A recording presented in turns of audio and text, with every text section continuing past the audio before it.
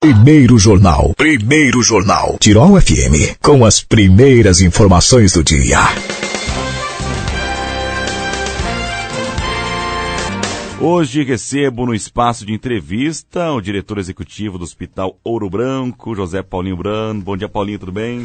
Bom dia ouvintes da Rádio Tirol. Um prazer voltar aqui na rádio. E também o vice-presidente da BOB, que é a mantenedora do hospital, Edson Horst. Bom dia, Edson, tudo bem? Bom dia, JD. Bom dia, ouvintes da Rádio Tirol. Muito bem, prazer muito grande receber vocês dois aqui hoje para conversar um pouco mais com os nossos ouvintes sobre o hospital, principalmente as novas modernizações que vão ser feitas, né, nos blocos cirúrgicos, enfim, uma grande área do hospital. Eu gostaria que vocês comentassem com os nossos ouvintes aí como vai ser tudo isso.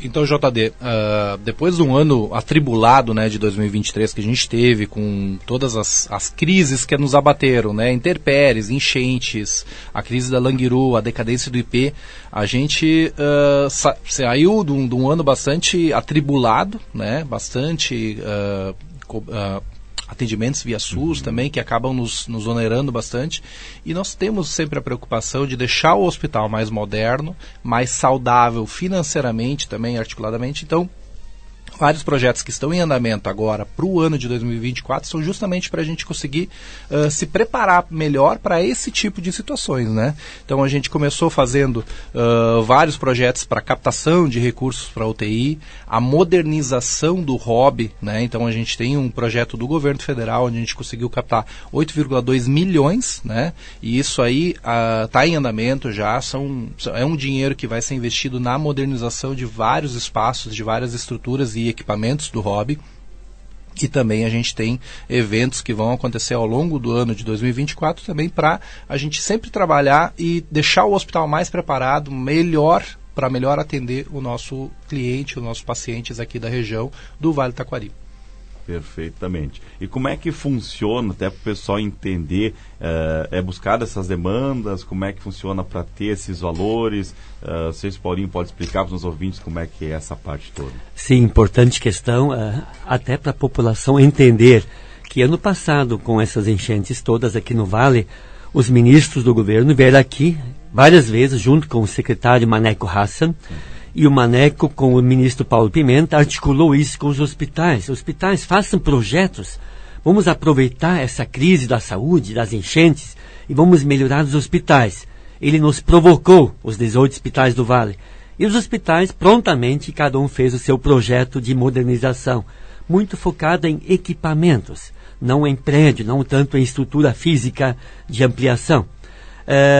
Nós fizemos um projeto de 8,2 milhões, como o vice-presidente Edson já falou, justamente para nós melhorarmos ainda mais nossa emergência, que atende ainda 83% SUS. Isso é importante, JD, saber que um hospital não se sustenta fazendo acima de 70%, 75% SUS, porque a conta não vai fechar fim do ano.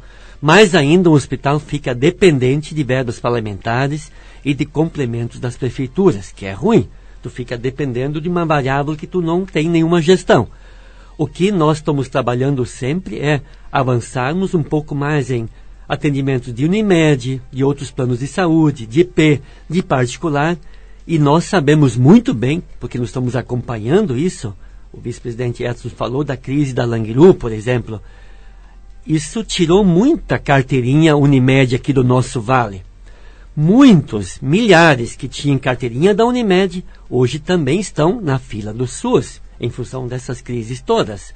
Então, isso para um hospital que nem o nosso, isso não é fácil equilibrar a questão econômico-financeira, a despesa e teu custo.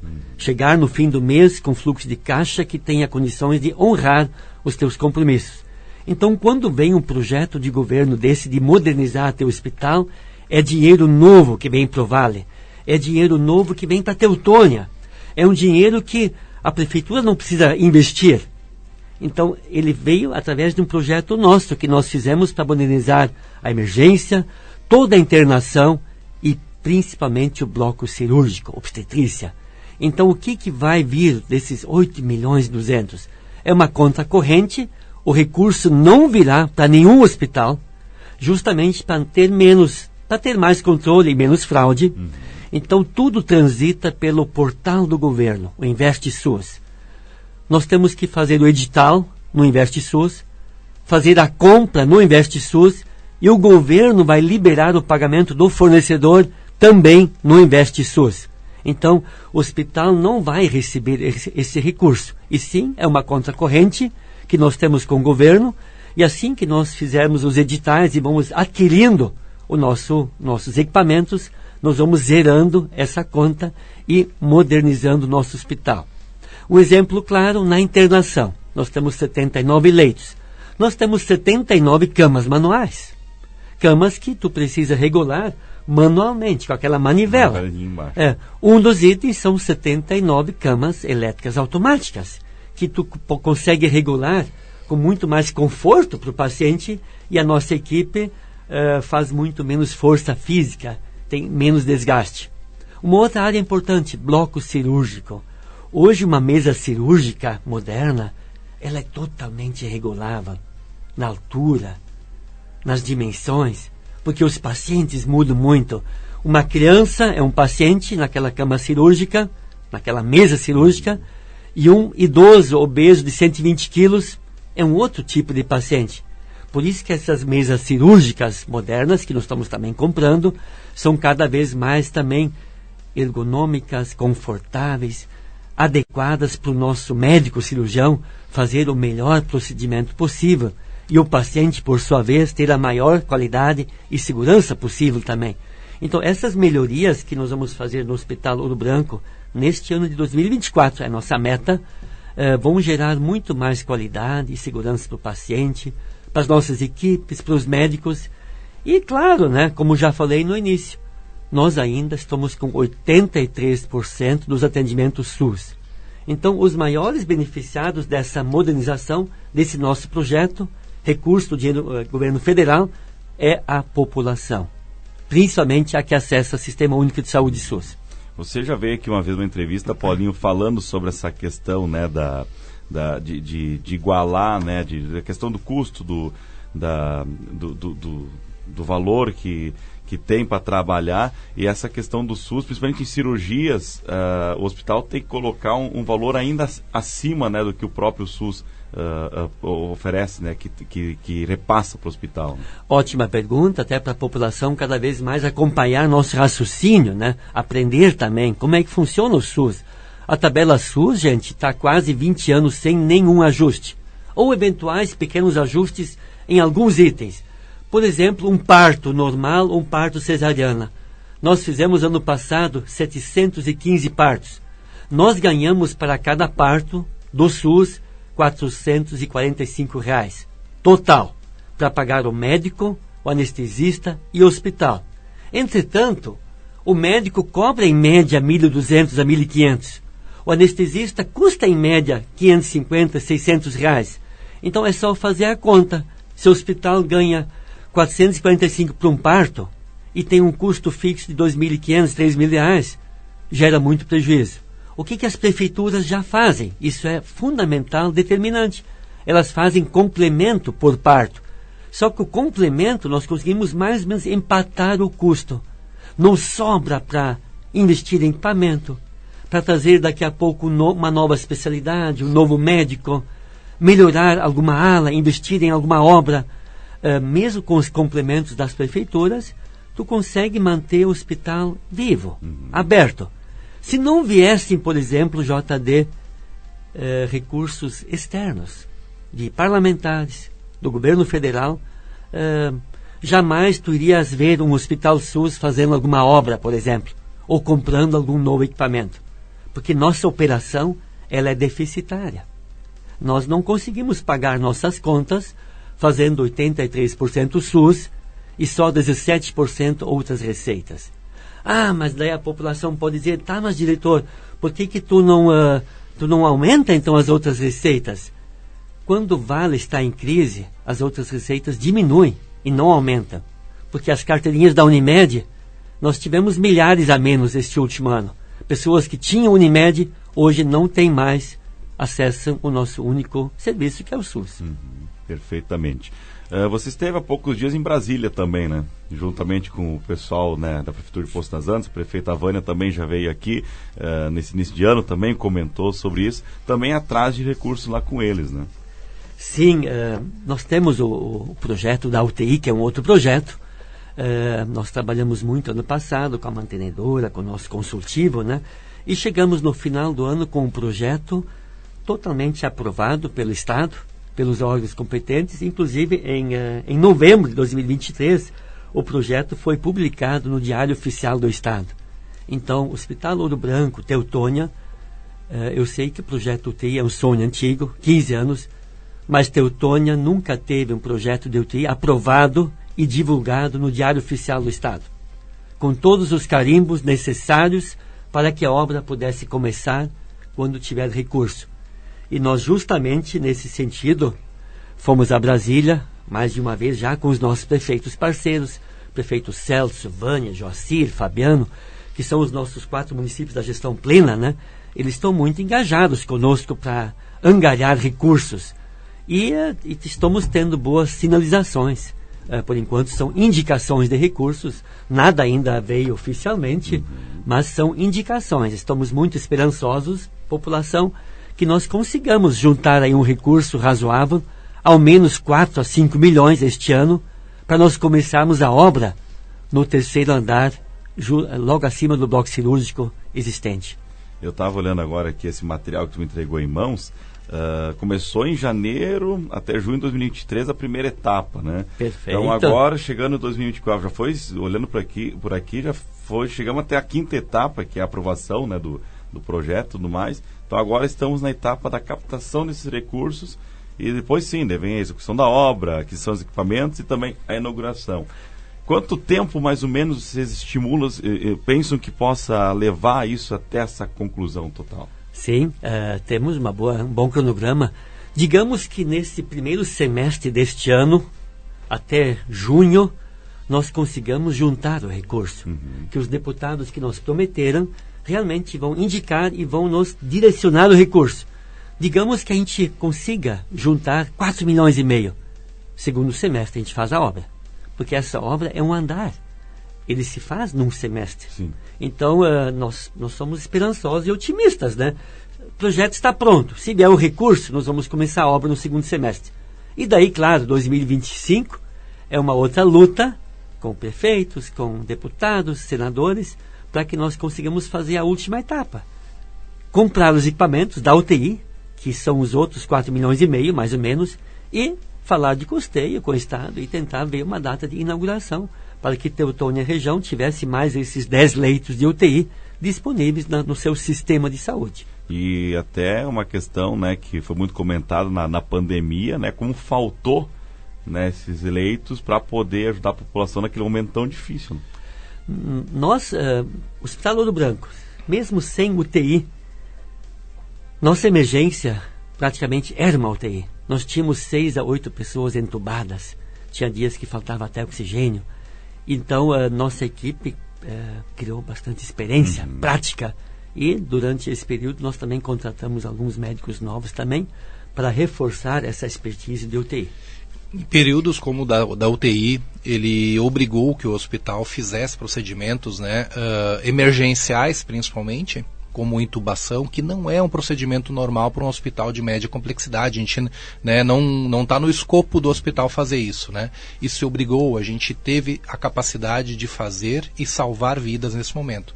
Mas a modernização do hospital, a vinda da UTI de fato, ela vai fazer com que o hospital passe a ser considerado um hospital de alta complexidade, onde a gente consegue fazer esses procedimentos no dia a dia. Então a gente pode proporcionar para a comunidade novos procedimentos, profissionais que venham para a cidade trabalhar, profissionais médicos, né? Poder oferecer outra gama de procedimentos, né, de saúde. Partos de alto risco, por exemplo, hoje nós não podemos fazer no hospital porque a gente não tem uma UTI de retaguarda. Então essas pessoas elas acabam tendo que se deslocar. outros procedimentos, né? Podem ser estéticos, algumas demandas elas acabam não sendo feitas aqui em função da falta da UTI. Sem falar na questão da emergência, a gente está num entroncamento de rodovias aqui, onde a gente é porta aberta, né, para várias ambulâncias, para vários serviços de socorro, e a UTI faria toda a diferença e pode fazer a diferença em salvar vidas, né, na questão do tempo, do direcionamento dessas pessoas. Então, é fundamental, é um sonho antigo do hospital, e a modernização, né, o fato da gente ter, né, uma UTI que possa operar daqui a 1 ano, 2 anos, né, 2 anos no mínimo, né, ela faz toda a diferença para a gente, né, desde a gama de serviços oferecidos que a gente vai poder salvar vidas e também trazer alguns serviços que hoje a gente não pode oferecer pela falta dela. E aí também é importante, a gente consegue também tentar dosar um pouco essa balança da questão do SUS hoje, que é um serviço primordial, um serviço necessário para a gente fazer, mas com toda a modernização que é feita, né, com a emergência sendo melhor equipada, com as camas, com os leitos melhores equipados, a gente também tenta passar essa mensagem para a comunidade, para todo, né, o pessoal da redondeza, que possa usar o hospital também para fazer outros procedimentos, trazer para cá esses procedimentos com conforto, com qualidade de vida, né, de atendimento, e a gente conseguir também equiparar essa questão da balança.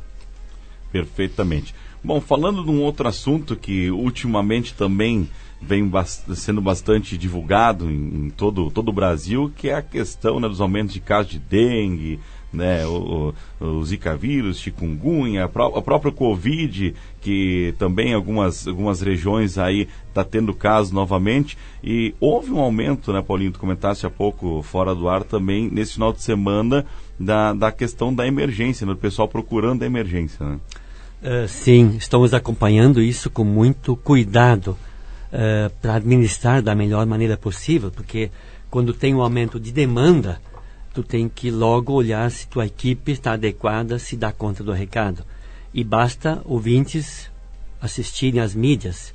Porto Alegre, a ficha verde, ontem ainda estavam discutindo a ficha verde. Pouco urgente, já está em 6 a 8 horas. Tem posto de saúde, tem emergência em Porto Alegre, que é a nossa capital, com 300% de aumento de demanda. Hoje de manhã, o prefeito Adivanazzi de São Leopoldo também falou que vão instituir, a partir de hoje, o uso de máscaras nas áreas públicas, porque um certo caos está tomando conta. Nós tivemos em Teutônia, no nosso Hospital Ouro Branco, esse fim de semana, sábado e domingo, 36% aumento de demanda. O normal no fim de semana é de 80 a 90 pessoas, e nós tivemos em média 120, né? E o que nos chamou muita atenção, comentei com o vice-presidente Edson, que desses casos todos, sábado e domingo, 52% foram fichas amarelas ou vermelhas, casos urgentes ou emergentes. Então isso ligou um alerta mesmo, além de ter aumentado a demanda, ok, fim de semana, mas também aumentou muito os casos urgentes e emergentes. 52% é muito alto para um hospital, para uma emergência, para um PA de atendimentos. E quais são os principais CIDs, então, né? O que torna uma ficha amarela ou vermelha? O primeiro requisito é se a pessoa tem ou não febre, dor no corpo. Então, muita gente com febre. Claro, as CIDs são aquela doença que o médico tem que te diagnostica e tu tem que colocar alguma CID. Então, pneumonia, amigdalite, infecção das vias aéreas superiores, otite, asma, tudo isso, dor na garganta, mal-estar, tudo isso pode gerar febre, pode gerar dor no corpo. Isso não quer dizer que o paciente tem dengue, isso não quer dizer que o paciente tem Covid, Zika ou chikungunya. Tem que, de fato, fazer exames, fazer testes. Mas nós estamos muito atentos, eu falo bastante com o nosso diretor Evandro da Anvisa, com o secretário Juliano também, para nós irmos acompanhando essa situação e ver daqui a pouco que medidas conjuntas daqui a pouco precisam ser implantadas. Porque geralmente, eu acompanho isso há muito tempo, quando tem uma onda de aumento de demanda em Porto Alegre, 2, 3 semanas depois ela também avança para o interior. Então nós estamos acompanhando isso justamente para tentar ver em conjunto medidas paliativas, de retenção, de mitigação. Isso é muito importante, a população também nesse sentido ajudar. O diretor Ivandro da Visa ressalta muito, cada um em casa tem que fazer sua parte, porque dizem que a maioria das pessoas infectadas por dengue foram infectadas na sua própria casa. Então, puxa vida, então eu também convido a cada um de nós fazer o seu tema de casa nesse sentido, né? E nós também, aproveitar o espaço, eu falei antes que nós estamos ainda fazendo muito SUS e menos Unimed, porque tem menos carteirinhas no Vale. Agora, quarta-feira, nós vamos lançar uma nova especialidade aqui no nosso hospital, Clínica do Tratamento da Dor. É uma especialidade que nós temos um médico especialista no hospital e, incrivelmente, nossa população está envelhecendo e muitas pessoas têm dores crônicas. E dizem as pesquisas, é incrível isso, que 50% dos pacientes com dores crônicas se tratam com médicos inadequados. Não trata com especialista em dor. Então é que nem tu ter um câncer, tu tem que te tratar com um oncologista. Tu tem problema de coração, tu tem que te tratar com um cardiologista. A mesma coisa se leva a dores crônicas. Tem médico especialista em tratar dor. Nesse sentido, nós estamos lançando quarta-feira esse novo serviço na nossa central de convênios e já então estou aproveitando aqui o espaço da rádio para fazer essa pequena e breve divulgação. Com toda certeza. E é interessante isso, porque olhando aqui o material, reduz muitas coisas, né? Redução do uso de medicamentos, redução, na maioria das vezes, da necessidade de cirurgia, prevenção das complicações recorrentes. É importante esse tipo de trabalho também para a população, né? Muito, ainda mais que a nossa população está envelhecendo. Nós estamos envelhecendo e à medida que o nosso tempo avança, nossas doenças vão ficar mais complexas. E é por isso também que a nossa emergência é também um dos fatores. Os casos são mais urgentes, logo mais complexos. Exato. Porque muitas pessoas são de idade que são afetadas. Por isso também, JV e ouvintes, nós lançamos ano passado, em agosto, um projeto 80+.